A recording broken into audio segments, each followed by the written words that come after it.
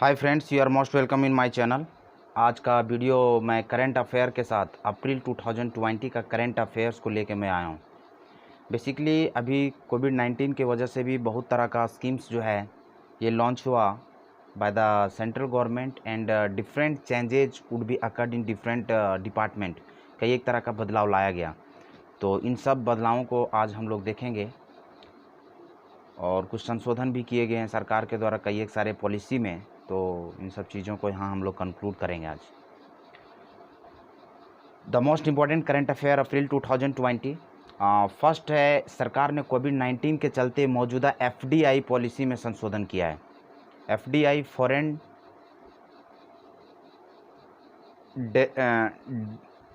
Investment है ना, foreign direct investment जो होता है एफडीआई, उसमें संशोधन किया है।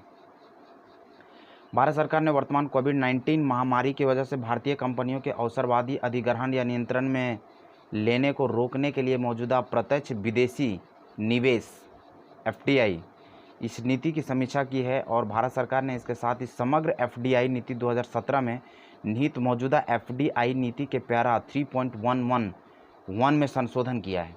वाणिज्य और उद्योग मंत्रालय, ministry of commerce and industry ने के आंतरिक उद्योग एवं आंतरिक व्यापार संवर्धन विभाग ने इस संबंध में प्रेस नोट नंबर 3 2020 सीरीज जारी किया है, यानी 2020 का तीसरा सीरीज जारी किया। इन मामलों में वर्तमान स्थिति और संशोधित स्थिति को ये मेंशन करवाया, जो नीचे मेंशन किया गया।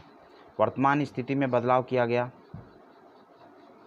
और इसमें पैरा 3.11 में था कि कोई भी या निवासी निकाय या कंपनी एफडीआई नीति के अंतर्गत भारत में निवेश कर सकती है। वर्तमान स्थिति है, यह निवासी निकाय द्वारा केवल उन सेक्टरों या गतिविधियों में निवेश करने की मनाही है जो प्रतिबंधित है। हालांकि बांग्लादेश का नागरिक या बांग्लादेश में गठित कोई भी कंपनी केवल सरकारी रूट के तहत ही यहाँ निवेश कर सकती है, यानी जिस कंट्री के साथ थोड़ा सा अगर रिलेशंस को लेके इशू है तो वहाँ पे स्पेसिफिक हो गई है गवर्नमेंट। उधर पाकिस्तान का कोई नागरिक या पाकिस्तान में गठित कोई भी कंपनी केवल सरकारी रूट के तहत रक्षा, अंतरिक्ष, परमाणु ऊर्जा और विदेशी निवेश के लिए प्रतिबंधित सेक्टरों गतिविधियों के अलावा अन्य सेक्टरों या गतिविधियों में निवेश कर सकती है। पाकिस्तान के लिए और बांग्लादेश के लिए स्पेसिफिक किया गया था।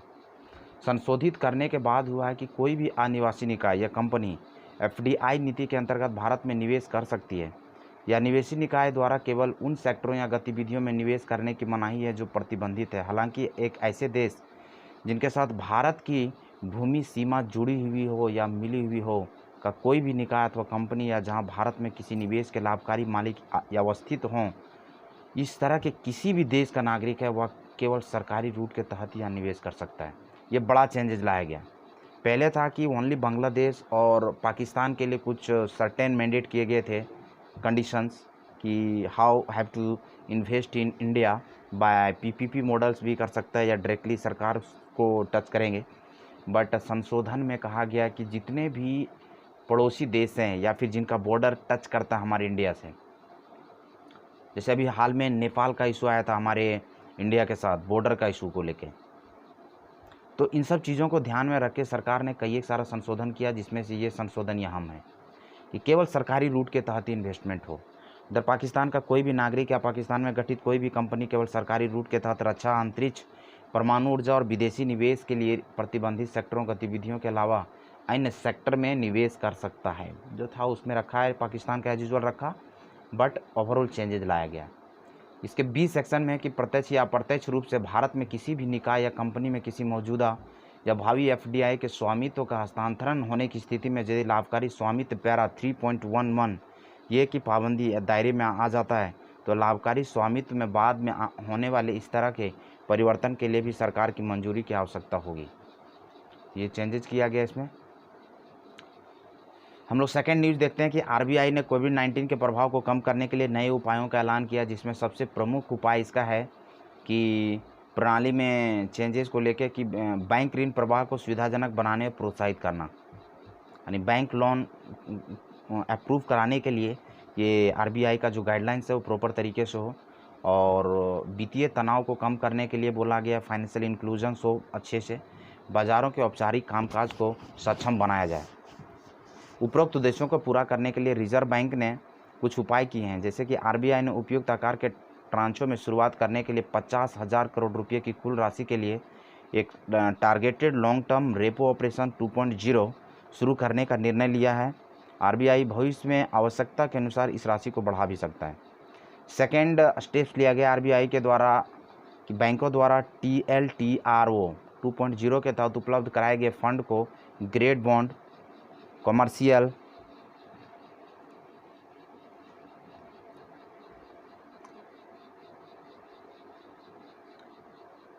पेपर्स एंड गैर परिवर्तनीय डिबेंचर ऑफ NBFC में निवेश किया जाना चाहिए, जिसमें कम से कम 50% मिड साइज वाले NBFC और MFI में शामिल होने चाहिए।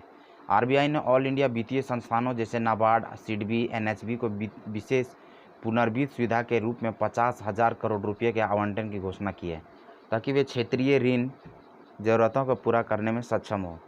इन संगठनों से ये अग्रिम फंड आरबीआई पॉलिसी रेपो दर 4.40% के अनुसार वसूल किए जाएंगे। National bank of agriculture and rural development NABARD को आवंटन किए गए कुल 50,000 करोड़ रुपये में से क्षेत्रीय ग्रामीण बैंकों, सहकारी बैंकों और माइक्रो फाइनेंस संस्थानों के पुनर्वित्त के लिए 25,000 करोड़ रुपये की राशि दी जाएगी। आवंटित किए गए 25,000 करोड़ रुपये की राशि दी जाएगी। आवंटित किए गए 50,000 करोड़ रुपये में से लघु उद्योग विकास सिडबी बैंक को 15,000 करोड़ रुपये का उधार या अनुसूचित वाणिज्य बैंक और माइक्रो फाइनेंस संस्थानों के पुनर्वित्त के लिए दिए जाएंगे। हाउसिंग फाइनेंस कंपनियों को सहयोग देने के लिए नेशनल हाउसिंग बैंक को 10,000 करोड़ रुपये दिए जाएंगे। वहाँ से बाकी अमाउंट को वो टारगेटेड जोन में सर्कुलेट करेंगे। इसके बाद है कि इसके अलावा आरबीआई ने चल निधि समायोजन सुविधा LAF के तहत रिवर्स रेपो रेट में 25 बेसिक अंकों में कटौती करते हुए इसे 4% से घटाकर 3.75% करने का फैसला किया है, जबकि पॉलिसी रेपो रेट 4.4% पर या परिवर्तित तथा सीमांत अस्थायी सुविधा MSF और बैंक रेट 4.65 पे या परिवर्तित रहेगी।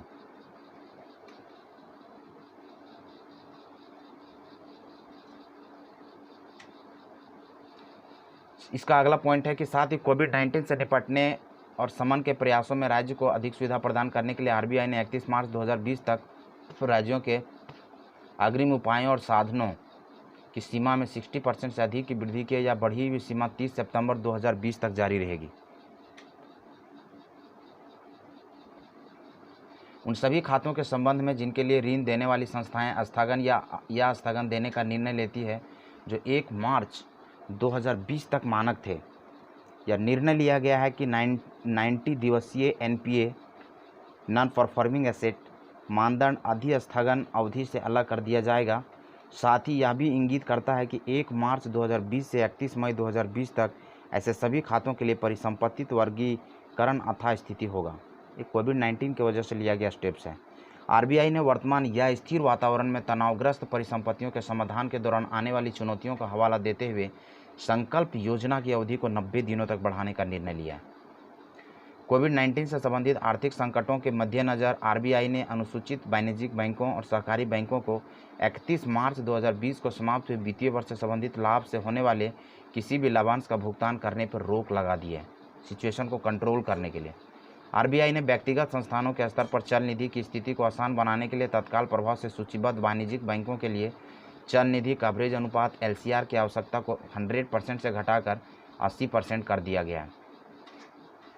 ESIC को छोड़ के एम्प्लॉयमेंट इंश्योरेंस का जो कंपनी है कॉरपोरेशन, उनको छोड़कर सभी निर्यात, एक्सपोर्ट प्रोत्साहन योजनाएं और अन्य योजनाओं के अंतर्गत अभी तक उपलब्ध लाभ और अन्य 12 महीनों के लिए यानी 31 मार्च 2021 तक जारी रहेंगे।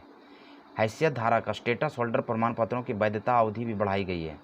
अग्रिम EPCG प्राधिकार के अंतर्गत EOU द्वारा आदि के द्वारा किए गए आयात पर GST और मुआवजा शेष के भुगतान से छूट को बढ़ाकर 31 मार्च 2021 तक के लिए कर दिया। विशेष कृषि उत्पादों पर परिवहन विपणन सहायता उपलब्ध कराने की योजना को 1 साल के लिए बढ़ा दिया गया है। FTP के विभिन्न प्रावधानों के लिए तहत विभिन्न रिपोर्टों या रिटर्न आदि दाखिल करने के लिए समय सीमा में भी विस्तार किया गया है। ITR को भी एक्सपेंड किया गया डेट को। विभिन्न शुल्क क्रेडिट स्क्रिप्ट्स और ITR का डेट ये लास्ट वीक ऑफ जून 30 जून तक रखा गया। विभिन्न शुल्क क्रेडिट स्क्रिप्ट्स MEIS, SEIS और ROSCTL और अन्य प्राधिकारों के लिए आवेदन करने की अंतिम तारीख बढ़ा दी गई है। तो इम्पोर्टेंट न्यूज़ था। इसके बाद हम लोग देखेंगे तो विदेशी व्यापार नीति में भी एक्सटेंड किया गया है कि जो फॉरेन बिजनेस पॉलिसी था 2015 से 2020 तक का, उसको 2021 तक के लिए एक्सटेंड किया गया। इसका सबसे इम्पोर्टेंट अपडेट था। इसके बाद एशियन डेवलपमेंट बैंक ने एशियन डेवलपमेंट आउटलुक 2020 जारी किया और इसके तहत क्या फीचर्स हुआ ये हम लोग देखते हैं। एशियन डेवलपमेंट बैंक ने अपनी वार्षिक आर्थिक रिपोर्ट एशियन डेवलपमेंट आउटलुक 2020 जारी की, जिसमें इस बैंक ने अपने वार्षिक फ्लैगशिप आर्थिक प्रकाशन एशियन डेवलपमेंट आउटलुक 2020 में चालू हुए वित्त वर्ष आने 2020-21 में भारत की वृद्धि दर 4% रहने का लगाया गया। ADB ने भारतीय अर्थव्यवस्था में कमी के कारण वैश्विक मांगा और सरकार द्वारा नोवेल कोरोना वायरस से निपटने के लिए किए जा रहे प्रयासों को बताया है। इसके अलावा एशियाई डेवलपमेंट बैंक ने वित्तीय वर्ष 2021-22 के लिए भारत की विकास दर बढ़कर 6.2% रहने का अनुमान लगा, जिसके कारण सरकार द्वारा उठाए जाने वाले सुधारों को बताया गया है, क्योंकि 21-20 का जो प्रेडिक्शन है वो इतना आ रहा है 6.2। साथ ही एशियाई विकास बैंक ने वित्त वर्ष 2020-21 में दक्षिण एशिया में विकास दर घटकर 4.1% रहने का अनुमान दिया है, जिसकी वजह से यहाँ मंदी का सामना करना पड़ेगा। ये ADB का रिपोर्ट है। हालांकि ADB ने उम्मीद जताई कि वित्त वर्ष 2021-22 में दक्षिण एशिया में 6% की वृद्धि हो सकती है, अनुमान लगाएगा। नेक्स्ट न्यूज़ है, कैबिनेट ने राष्ट्रपति और सांसदों के वेतन में 30% की कटौती को दी मंजूरी। MPLAD निधि भी 2 साल के लिए स्थगित किया गया, निलंबित। जो सांसद फंड होता था उसको भी 2 साल के लिए वो LAD निधि भी पेंडिंग किया गया। केंद्रीय मंत्रिमंडल ने संसद सदस्य को 1 अप्रैल 2020 से मिलने वाले भत्तों और पेंशनों में एक वर्ष के लिए 30% की कटौती करने वाले संसद सदस्य वेतन भत्ते और पेंशन अधिनियम 1954 में संशोधन के अध्यादेश को मंजूरी दे दी है। प्रधानमंत्री नरेंद्र मोदी और उनकी मंत्रिपरिषद सहित संसद के सभी सदस्य के वेतन में नोवेल कोरोना वायरस के प्रभाव के कारण 30% की कटौती की जाएगी। राष्ट्रपति, उपराष्ट्रपति और सभी राज्यों के राज्यपालों ने स्वेच्छा से कोरोना वायरस महामारी और अर्थव्यवस्था में अपेक्षित गिरावट के मद्देनज़र 30% वेतन कटौती का फैसला किया है। कैबिनेट ने 2020-21 और 21-22 के दौरान MP सांसद क्षेत्रीय विकास, जो लोकल एरिया डेवलपमेंट फंड होता था, उसको या अस्थायी निलंबन को मंजूरी दे दी और इस निधि का इस्तेमाल स्वास्थ्य सेवाओं के प्रबंधन और देश में कोविड-19 महामारी के प्रतिकूल प्रभाव के लिए किया जाएगा। MPLAD की या 79 अरब रुपीज़ की राशि कोविड-19 से निपटने के लिए भारत की समेकित निधि में जमा कराई जाएगी। प्रत्येक MPLAD निधि से 10 करोड़ रुपये अब स्वास्थ्य के प्रबंधन और भारत में कोविड-19 से निपटने के लिए भारत के द्वारा इस्तेमाल किया जाएगा।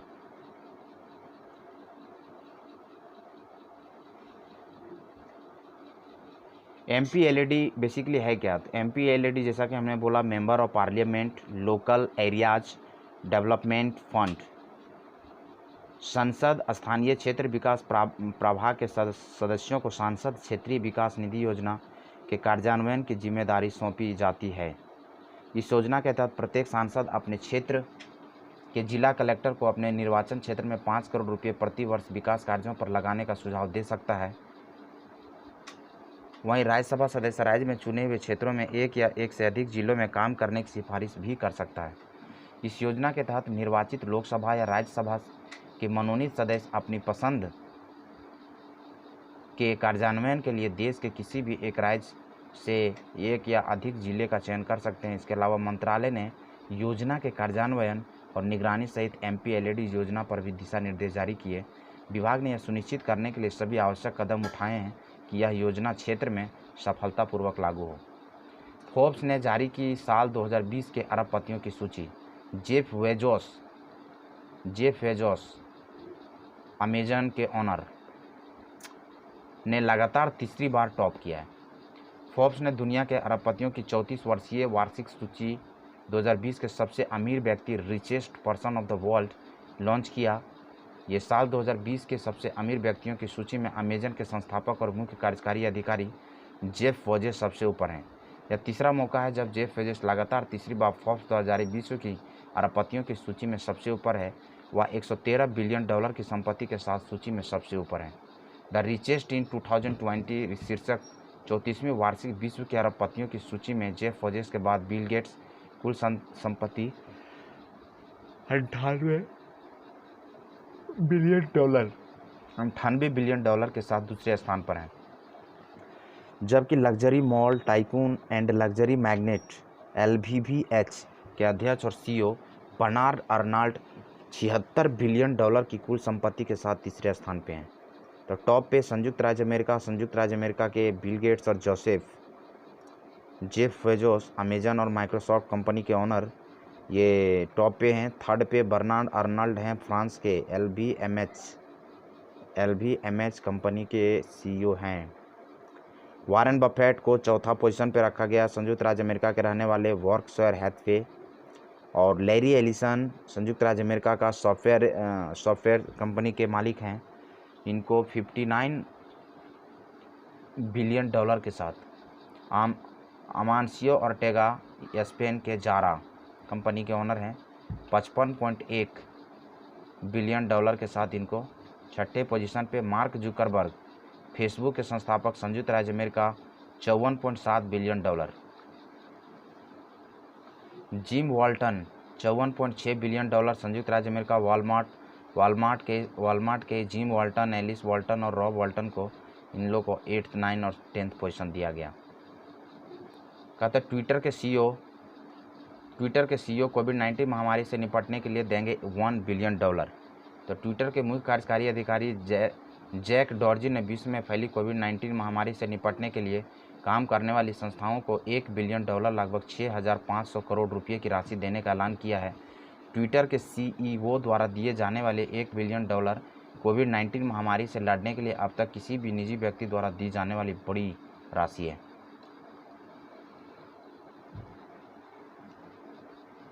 जैक डॉर्सी वैश्विक कोविड-19 द्वारा राहत कोर्स के लिए $1 बिलियन की राशि जुटाने के लिए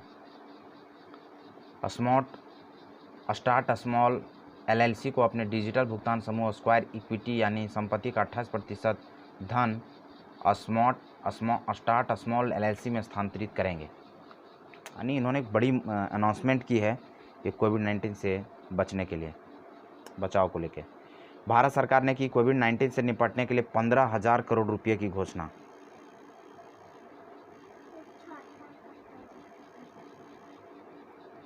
भारत सरकार ने की कोविड-19 से निपटने के लिए 15,000 करोड़ रुपये की पैकेज की घोषणा। केंद्र सरकार ने भारत कोविड-19 आपातकालीन प्रतिक्रिया और स्वास्थ्य प्रणाली तत्परता पैकेज के लिए 15,000 करोड़ रुपये की राशि, महत्वपूर्ण राशि देने का ऐलान किया। मिशन मोड के तहत इस स्वीकृत धनराशि का उपयोग तत्काल कोविड-19 आपातकालीन प्रतिक्रिया के लिए 7,774 करोड़ रुपये और बाकी मध्यम अवधि 1 से 4 साल में सहयोग के लिए दिया जाएगा।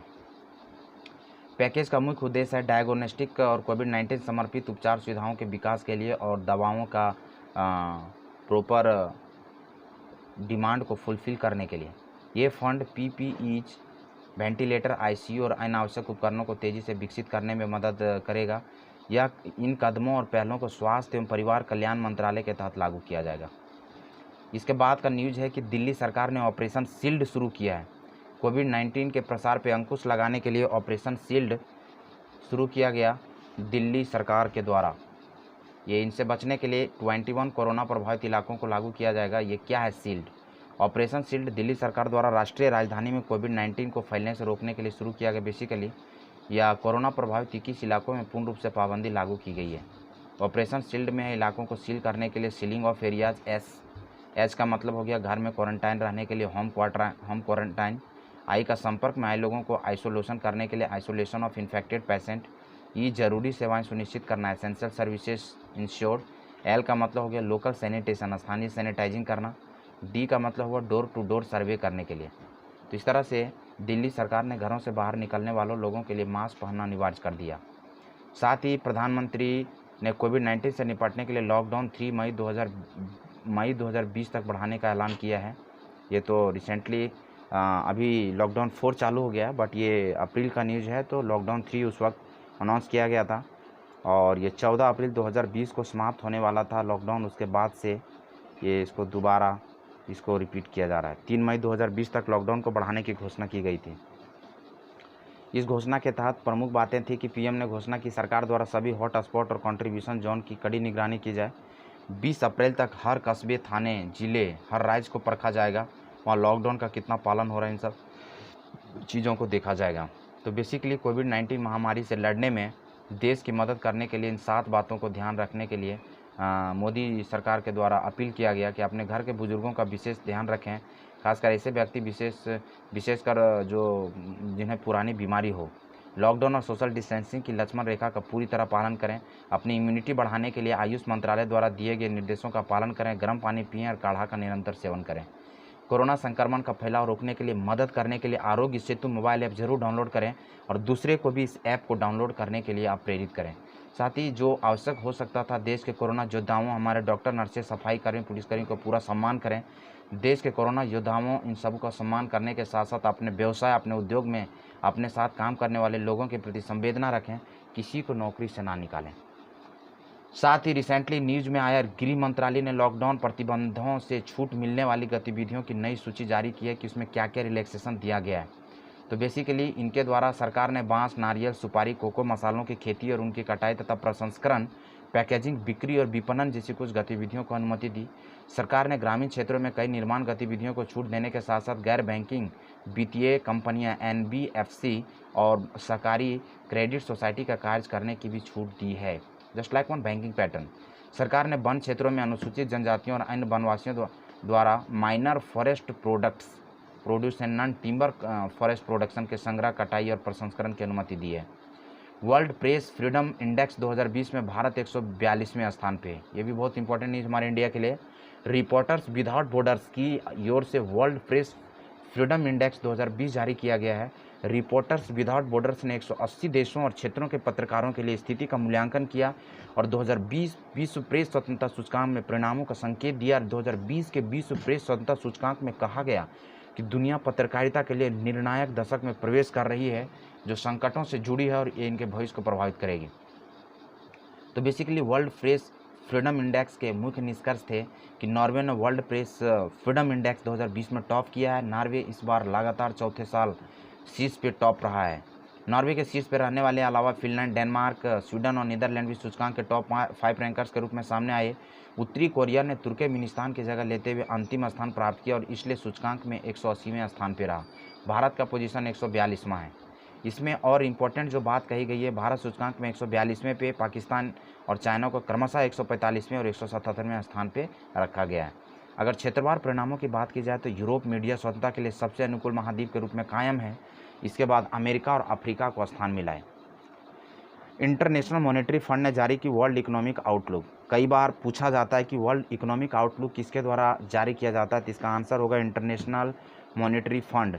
अंतर्राष्ट्रीय मुद्रा कोष ने इस रिपोर्ट को जारी कर ये कुछ इम्पोर्टेंट अनाउंसमेंट किया है कि आईएमएफ ने वित्त वर्ष 2020-21 में भारत की सकल घरेलू उत्पाद की वृद्धि दर 5.8 से घटाकर 1.9% कर दी है। बहुत ड्रास्टिक चेंजेस को लेकर यहाँ पे बात कही गई है। यह भी कहा गया कि भारत की जीडीपी अगले वित्तीय वर्ष में 7.4% की वृद्धि दर के साथ सुधार दिखाएगी। आईएमएफ ने अनुमान लगाया कि विश्व अर्थव्यवस्था 2020 में 3% की तेजी संकुचित हो जाएगी, जो 2008-9 वित्तीय संकट जैसे हालत दिखाई देंगे।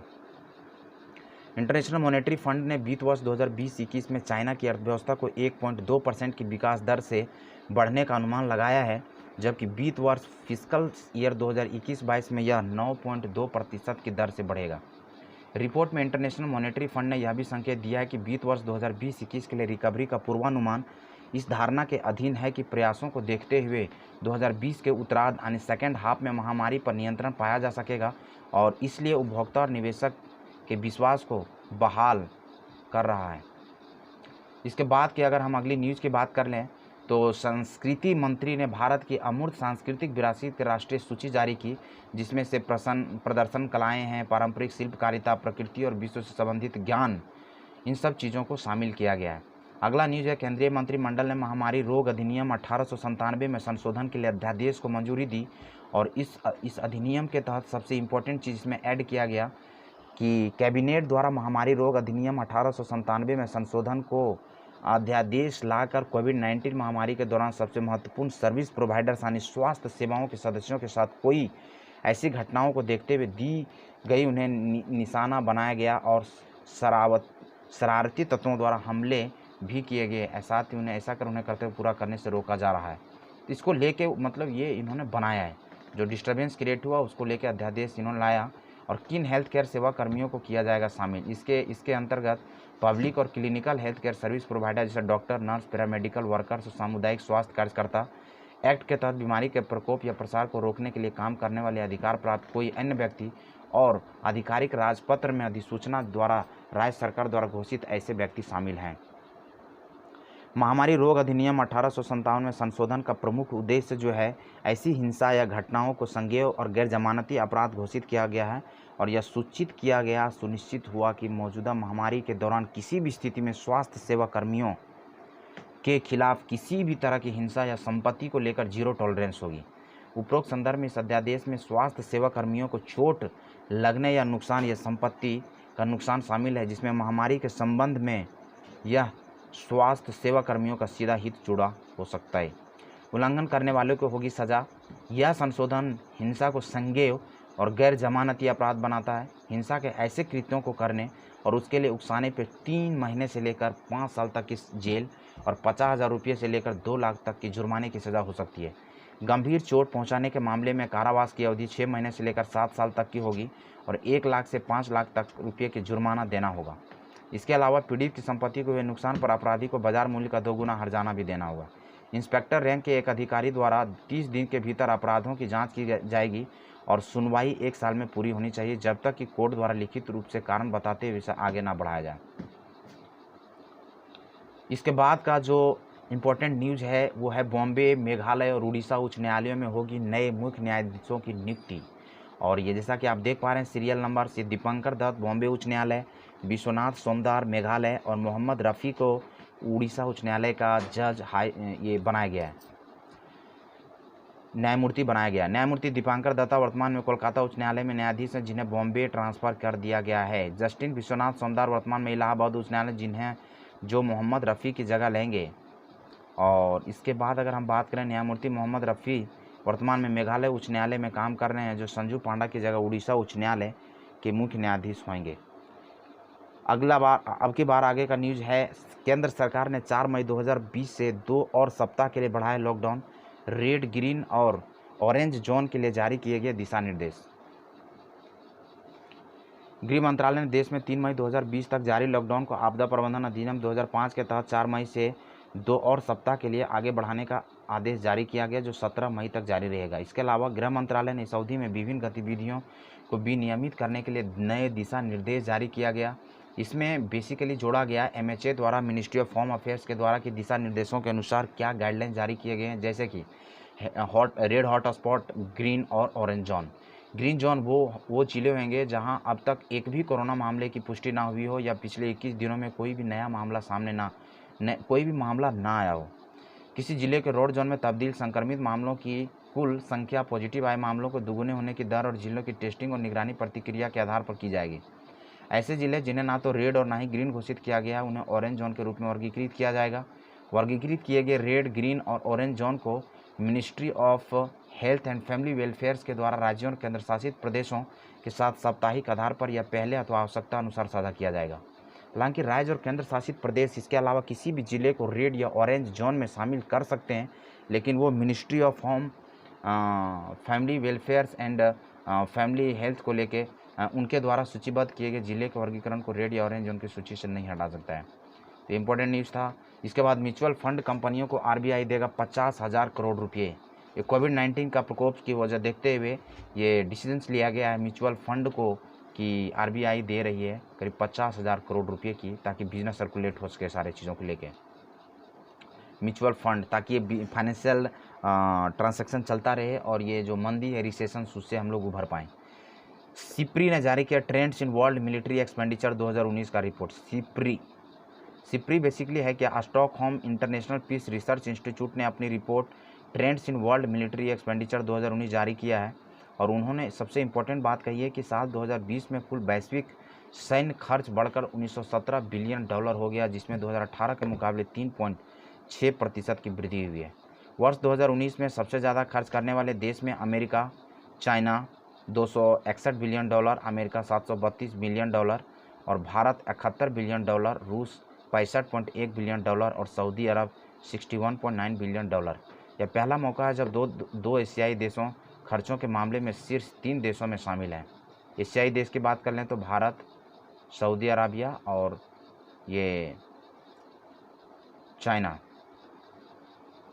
भारतीय उद्योग परिसंघ ने जारी किया ये plan for the economic recovery के लिए आशावादी ऑप्टिमिस्टिक सिनेरियो जब लॉकडाउन के बाद होगी। आर्थिक गतिविधियां धीरे धीरे बढ़ती रहेंगी और इसके कुछ समय बाद पूरी तरह चलना शुरू हो जाएंगी। इस परिदृश्य के अनुसार जीडीपी में बेस्ट रिजल्ट के रूप में 1.5% की वृद्धि होने की उम्मीद जताई गई है।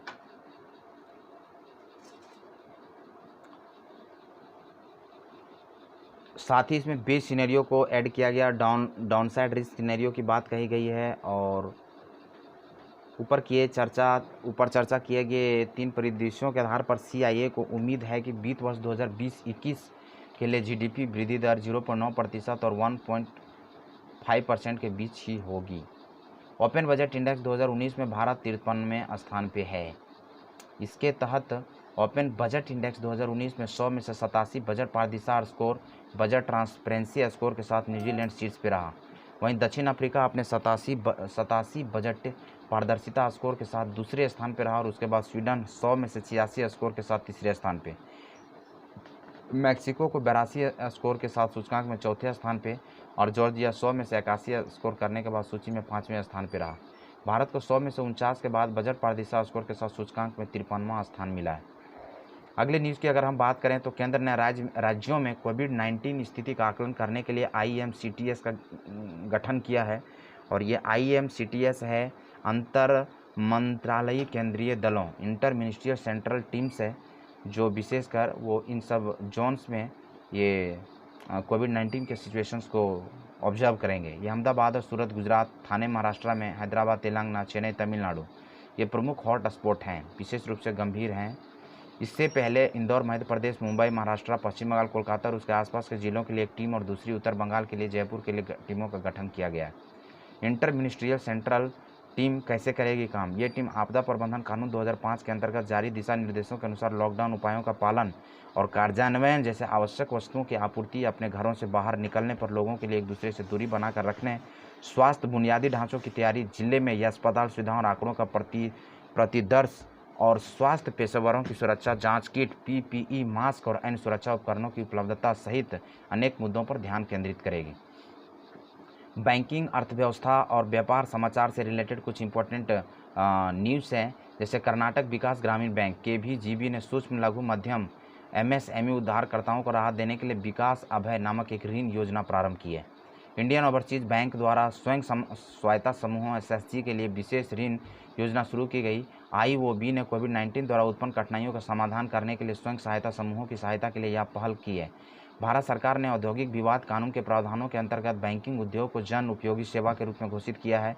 सरकार द्वारा यह निर्णय कोरोना वायरस महामारी के मद्देनज़र आर्थिक गतिविधियों के बड़े पैमाने पर प्रभावित होने के कारण लिया गया।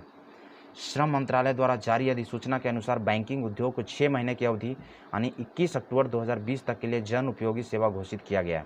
एक्सिस बैंक ने मैक्स लाइफ इंश्योरेंस में 29% अतिरिक्त हिस्सेदारी खरीदने का फैसला किया है। यह सौदा करीब 1592 करोड़ रुपये की अनुमानित राशि का होगा।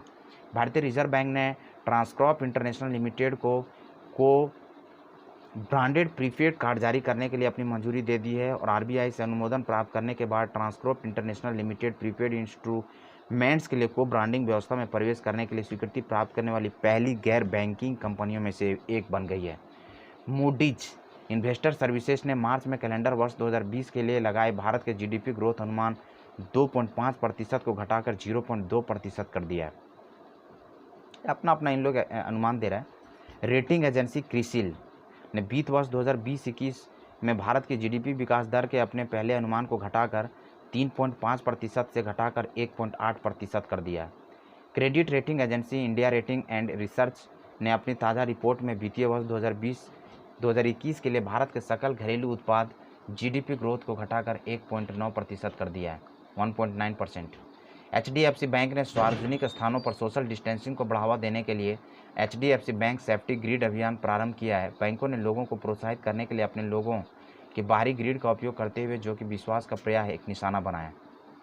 साथ ही अगर हम बात करें आईसीआईसी ने, तो आईसीआईसी ने अपने ग्राहकों के लिए अमेजन अलेक्सा और गूगल असिस्टेंस पे वॉइस बैंकिंग सेवाओं की नई सुविधा दी है। यह सेवा ग्राहकों को बैंक विथ देयर वॉइस अपनी आवाज़ के माध्यम से बैंकिंग संबंधित प्रश्नों के जवाब, खाता में मौजूद राशि एवं लेन देन की जानकारी में क्रेडिट कार्ड देती थी जैसी कई अन्य जानकारियाँ हासिल करने में सक्षम बनाएगी। सोशल मीडिया प्लेटफॉर्म और अमेरिका की टेक दिग्गज फेसबुक ने रिलायंस जियो यानी रिलायंस इंडस्ट्रीज लिमिटेड की दूरसंचार कंपनी में 9.99% हिस्सेदारी खरीदी है। फेसबुक ने ये 9.99% हिस्सेदारी 5.7 बिलियन अमेरिकी डॉलर में खरीदी है। रेटिंग एजेंसी फिच सॉल्यूशंस ने वित्त वर्ष 2020-21 में भारत के आर्थिक विकास पूर्वानुमान को घटाकर 1.8% कर दिया है। इसके अलावा फिच सॉल्यूशंस ने चीन की अर्थव्यवस्था पर बिगड़ते वैश्विक आर्थिक दृष्टिकोण के प्रभाव को देखते हुए वित्त वर्ष 2020 के लिए चीन के जीडीपी पूर्वानुमान को 2.6% से घटाकर 1.1% कर दिया है। सिंगापुर के कैलेडियम इन्वेस्टमेंट ने बंधन बैंक में अपनी हिस्सेदारी को 1% बढ़ाकर ये 3.39% से लेकर 4.49% कर लिया। इसके साथ ही अब कैलेडियम इन्वेस्टमेंट पीटीई लिमिटेड के पास अब बंधन बैंक के 7.2 करोड़ शेयर हो गए। भारतीय रिजर्व बैंक द्वारा Mapusa urban cooperative bank of Goa limited का लाइसेंस रद्द कर दिया गया। आरबीआई के द्वारा Mapusa urban cooperative bank of Goa limited का लाइसेंस कैंसिल कर दिया गया। भारतीय स्टेट बैंक ने हाल ही घोषणा की है कि एसबीआई एटीएम पर किए गए सभी एटीएम लेनदेन पर लगने वाले बैंक सेवा शुल्क को माफ़ करेगा। यह निर्णय 30 जून 2020 तक लेनदेन की फ्री सीमा से ज़्यादा होकर भी अन्य एटीएम पर भी लागू किया जाएगा। पीपुल्स बैंक ऑफ चाइना ने housing development finance corporation limited में अपनी हिस्सेदारी 0.8% से बढ़ाकर 1.01% कर दिया है। टाटा ये लाइफ इंश्योरेंस ने अपनी पॉलिसी धारकों और एजेंटों को बिना किसी अतिरिक्त लागत के कोविड-19 संबंधित सेवाएं देने की घोषणा की, जिसके साथ टाटा ये इस प्रकार की सेवाओं को विस्तार करने वाली है। भारत की पहली जीवन बीमा कंपनी बन गई। आंध्र प्रदेश सरकार ने भोगपुरम में ग्रीनफील्ड अंतर्राष्ट्रीय हवाई अड्डे के निर्माण के लिए जीएमआर एयरपोर्ट लिमिटेड को लेटर ऑफ अवार्ड जारी किया। टीवीएस मोटर कंपनी की विदेश में स्थित सहयोगी company TVS motor Singapore PT limited ने ब्रिटेन के सबसे प्रतिष्ठित स्पोर्ट्स मोटरसाइकिल ब्रांड नॉर्टन का 16 मिलियन पाउंड में अधिग्रहण कर लिया। ये सिडबी की अगर हम बात कर लें, सिडबी ने सूक्ष्म लघु एमएसएमई को सरकार आदेश पर 1 करोड़ रुपये तक की आपात कार्यशील पूंजी उपलब्ध कराने का फैसला किया है। और सिडबी के नए ऋण उत्पाद यानी कोरोना वायरस संक्रमण के खिलाफ सिडबी की आपात सहायता सेव प्लस की सुविधा ऋण मुक्त होगी, जिससे 5% की ब्याज दर पर 48 घंटे के अंदर जारी कर दिया जाएगा। रेहन मुक्त होगी, इसमें गारंटेड की रिक्वायरमेंट है। Punjab national bank housing finance ने $75 मिलियन का निवेश जुटाने के लिए जापान इंटरनेशनल कोऑपरेशन एजेंसी के साथ साझेदारी की। इसके अलावा सिटी बैंक किफ़ायती आवास खंड में मॉर्गेज ऋणों को फाइनेंस करने के लिए $25 मिलियन की राशि को भी फाइनेंस करेगा। संयुक्त राष्ट्र एशिया और प्रशांत पे आर्थिक और सामाजिक सर्वेक्षण United nation economic and social survey of Asia's and the Pacific ESCAP report में वित्त वर्ष 2020 के लिए भारत की जीडीपी का अनुमान 4.8% आंका है। भारतीय रिजर्व बैंक ने ग्राहकों को सुविधाजनक और सुरक्षित भुगतान विकल्प डिजिटल पेमेंट सुविधा को अपनाने का आग्रह करने के लिए एक ट्विटर अभियान शुरू किया है। इस अभियान के माध्यम से आरबीआई ने ग्राहकों से NEFT, IMPS, UPI और BBPS जैसे कई डिजिटल भुगतान को अपनाने के लिए कहा है, जो 24/7 उपलब्ध है। इस अभियान का प्रचार बॉलीवुड दिग्गज अभिनेता अमिताभ बच्चन करेंगे। जन स्मॉल फाइनेंस बैंक ने एक डिजिटल बैंकिंग प्लेटफॉर्म डिजीजेन लॉन्च किया है, जहां ग्राहक डिजिटल रूप से कभी भी कहीं भी बचत खाता या सावधि जमा खोलने में सक्षम होंगे। मंत्रिमंडल की नियुक्ति समिति ACC ने 11,000 11 अप्रैल 2020 को समाप्त होने वाले सभी सदस्यों का कार्यकाल और बैंक बोर्ड ब्यूरो के वर्तमान अंशकालिक पार्ट टाइम अध्यक्ष कार्यकाल को 2 साल आगे बढ़ाने की मंजूरी दी। कार्मिक और प्रशिक्षण विभाग DOPT के पूर्व सचिव भानु प्रताप शर्मा बोर्ड के अंशकालिक सदस्य के पद पर बने रहेंगे। इंटरनेशनल न्यूज़ की अगर हम बात कर लें तो इंटरनेशनल न्यूज़ में G20 समूह ने सऊदी अरब की अध्यक्षता में एक कार्रवाई के लिए तालमेल को बेहतर बनाने सहित सामूहिक भागीदारी के लिए अंतर निर्भरता समस्या को सुलझाने के लिए सबको एकजुट करने के लिए और नए कोविड-19 उपचार और वैक्सीन तैयार करने के लिए निवेश का मार्गदर्शन के लिए वैश्विक मंच के रूप में एक्सेस टू कोविड-19 टूल एक्सेलरेटर लॉन्च किया है। सऊदी अरब के राजा सलमान बिन अब्दुल अजीज अल सऊद ने नाबालिगों द्वारा किए गए अपराधों के लिए मौत की सज़ा को समाप्त कर दिया। लेबनान की संसद ने चिकित्सा और औद्योगिक उपयोग के लिए भांग की खेती को वैध कराने का कानून पास किया है। इससे पहले लेबनान ने भांग की खेती करना अवैध बताया था, लेकिन अब इस कानून के पास होने के बाद देश में भांग की खेती नियमित तरीके से की जा सकेगी। ईरान ने अपने पहले सैन्य उपग्रह नूर को सफलतापूर्वक ऑर्बिट में स्थापित कर दिया है। नूर उपग्रह अपनी कक्षा में पहुंच चुका है और पृथ्वी की सतह से लगभग 425 किलोमीटर ऊपर परिक्रमा कर रहा है। इस उपग्रह को ईरान के सशस्त्र बलों की शाखा इस्लामिक रिवोल्यूशनरी गार्ड कॉर्प्स द्वारा लॉन्च किया गया है। नूर उपग्रह को 3 चरण के ठोस और तरल ईंधन के संयोजनों द्वारा संचालित रॉकेट द्वारा लॉन्च किया गया। एशियन डेवलपमेंट बैंक ने जारी किए गए अपने कोविड-19 रिस्पॉन्स पैकेज की राशि को पहले के $6.5 बिलियन से बढ़ाकर $20 बिलियन करने को ऐलान किया है। ये बहुत बड़ी रकम है। अंतर्राष्ट्रीय मुद्रा कोष इंटरनेशनल मॉनेटरी फंड की प्रबंध मैनेजिंग कमेटी क्रिस्टलिना जॉर्जिवा ने भारतीय रिजर्व बैंक के पूर्व गवर्नर रघुराम राजन सहित कई अन्य प्रमुख व्यक्तियों को अपने नए बाहरी सलाहकार समूह में शामिल किया है। अमेरिका ने US agency for international development के माध्यम से भारत को $2.9 मिलियन की सहायता देने की घोषणा की।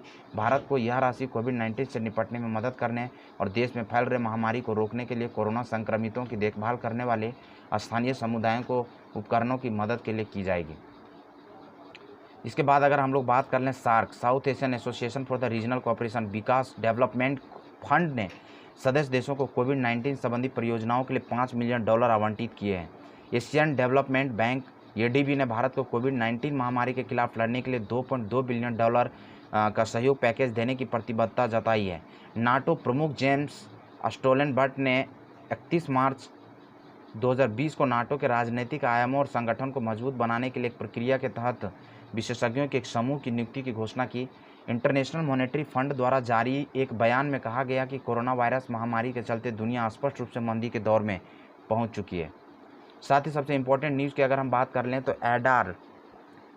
एडजारिस्टिकुली जॉर्जिया LLC ने दक्षिण पश्चिमी जॉर्जिया में स्थित 178 मेगावाट सुवाखेवी हाइड्रो पावर प्रोजेक्ट के कमर्शियल संचालन की शुरुआती घोषणा कर दी है। इसके बाद अगर हम लोग राष्ट्रीय समाचार की बात करें तो national council for science and technology communication NCSTC और विज्ञान और प्रौद्योगिकी विभाग DST department of science and technology ने कोविड-19 पर केंद्रित एक विशेष स्वास्थ्य एवं जोखिम संचार कम्युनिकेशन कार्यक्रम year of awareness on science and health यह शुरू किया है।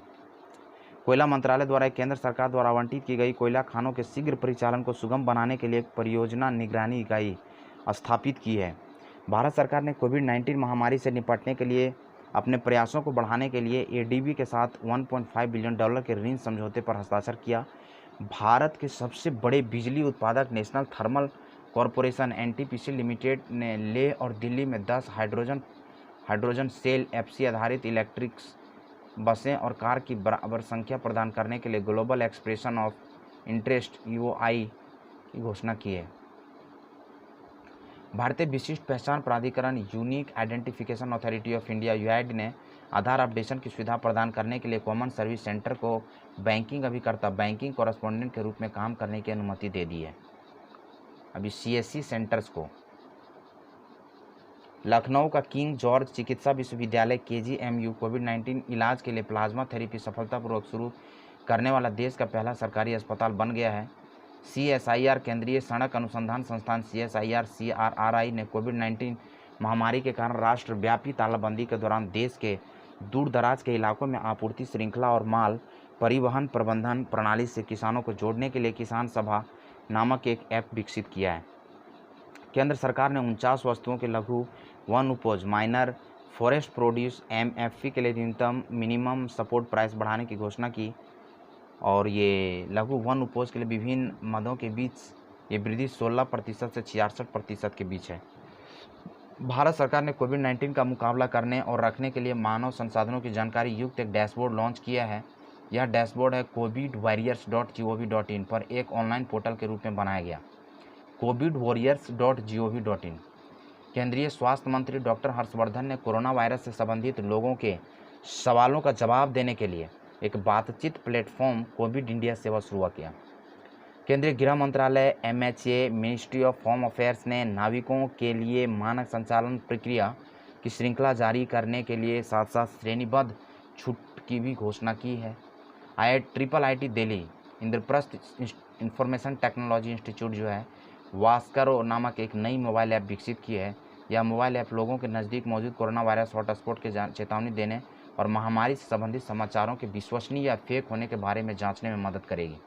ये वास्करो एक मोबाइल ऐप है जिसको आप इंस्टॉल करके इसको चेक भी कर सकते हैं।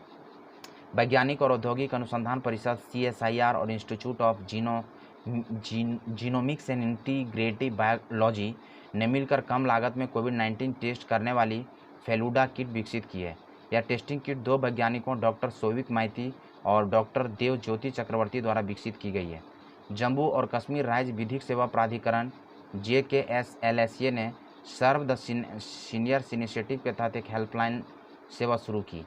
संयुक्त राष्ट्र मादक पदार्थ एवं अपराध कार्यालय United Nations office on drugs and crimes ने अपनी प्रमुख पहल एजुकेशन फॉर जस्टिस के अंतर्गत भारत में लॉकडाउन लर्नर सीरीज का शुभारंभ किया है। लॉकडाउन लर्नर सीरीज भारत में शिक्षकों और छात्रों के साथ ऑनलाइन संवादों करने के लिए शुरू की है। लॉकडाउन लर्नर सीरीज कोविड-19 के कारण सतत विकास लक्ष्य, शांति, न्याय और सशक्त संस्थाओं पर पड़ने वाले प्रभाव पर जोर देने के लिए प्रारंभ की है। इसके बाद अगर इम्पोर्टेंट न्यूज़ की हम बात कर लें तो भारत सरकार के कोविड-19 से उत्पन्न आर्थिक संकट को देखते हुए अपने वित्तीय तनाव को कम करने के लिए सरकारी कर्मचारियों को मिलने वाले महंगाई भत्ते की बढ़ोतरी पर रोक लगा दी है। ये फाइनल डिसीजन हो गया है कि भारत सरकार ने कोविड-19 से उत्पन्न आर्थिक संकट को देखते हुए जो महंगाई भत्ते की बढ़ोतरी पर तो रोक लगा दी है एंड सरकार के इस फैसले से लगभग 49.26 लाख कर्मचारी और इतना लाख पेंशन भोगी प्रभावित होंगे, यानी 61.17 लाख पेंशन भोगी। राष्ट्रीय मुक्त विश्वविद्यालय शिक्षा संस्थान देश में राष्ट्रव्यापी लॉकडाउन के दौरान माध्यमिक और वरिष्ठ माध्यमिक स्तर के छात्रों के लिए हो रहे शैक्षणिक नुकसान की भरपाई को पूरा करने के लिए फ्री टू एयर DTH चैनलों को लाइव काउंसलिंग सेशन का प्रसारण करने जा रहा है। पर्यटन मंत्रालय द्वारा अतुल्य भारत के कई स्थलों की संस्कृति और विरासत के बारे में गहरी और विस्तृत जानकारी प्रदान करने के लिए देखो अपना देश नामक एक वेबिनार श्रृंखला का शुभारंभ किया गया है। ऋषिकेश के अखिल भारतीय आयुर्विज्ञान संस्थान एम्स ने well Bharat heavy electronics limited के साथ मिलकर कोविड-19 रोगियों की निगरानी के लिए भारत का पहला दूरस्थ हेल्थ मॉनिटरिंग सिस्टम स्थापित किया है।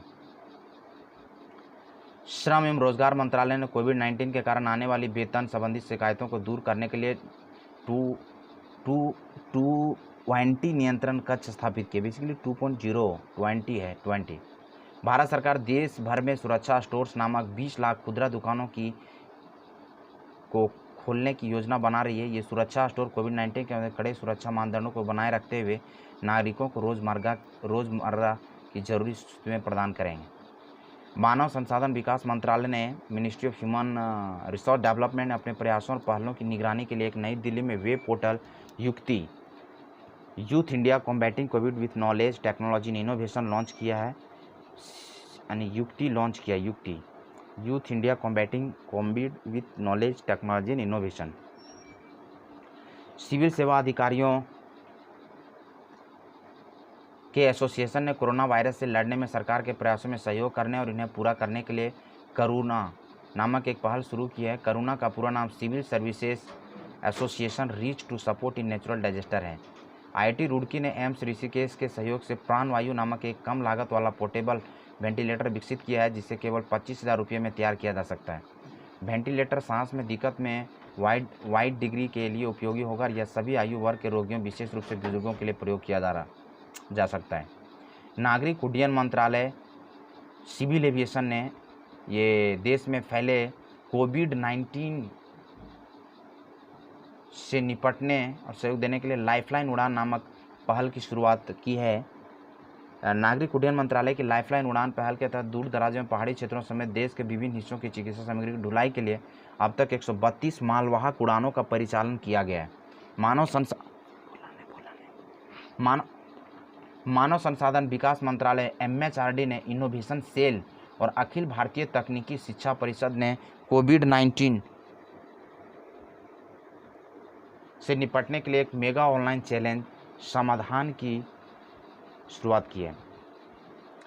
प्रधानमंत्री जन औषधि केंद्र के स्वास्थ्य के सिपाही नाम से लोकप्रिय फार्मासिस्ट कोविड-19 के कारण लगे देशव्यापी लॉकडाउन के दौरान मरीजों और बुजुर्गों के दरवाजों तक अनिवार्य सेवाओं और दवाएं पहुंचाने में लगे हुए हैं।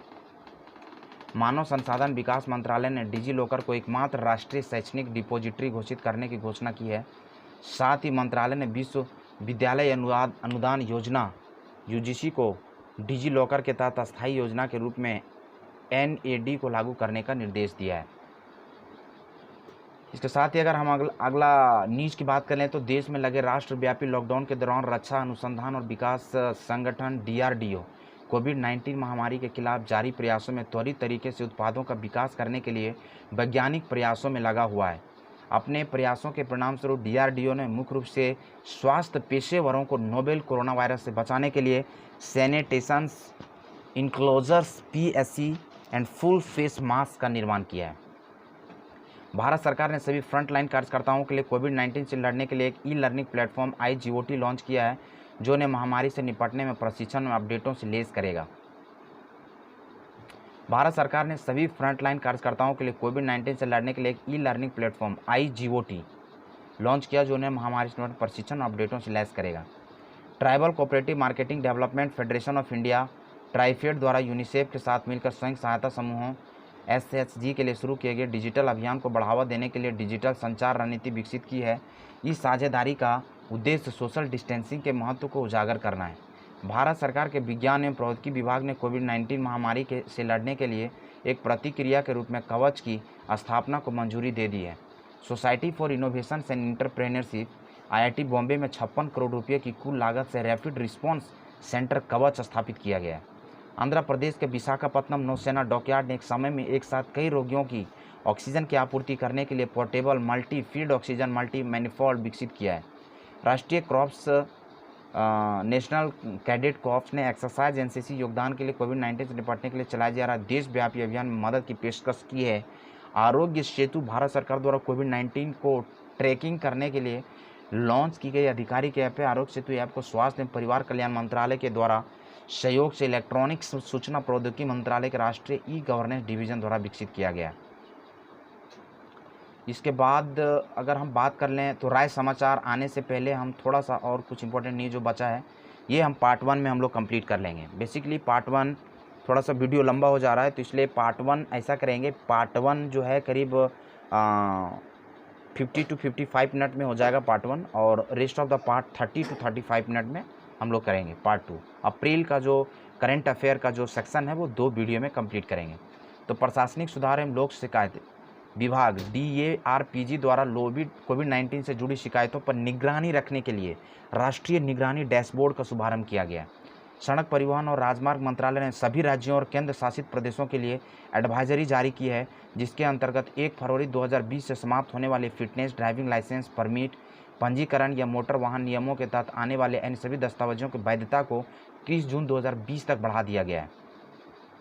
पर्यटन मंत्रालय ने देश के विभिन्न हिस्सों में फंसे विदेशी पर्यटकों की मदद करने के लिए strandindia.com के जरिए पहुंचाया जा रहा है।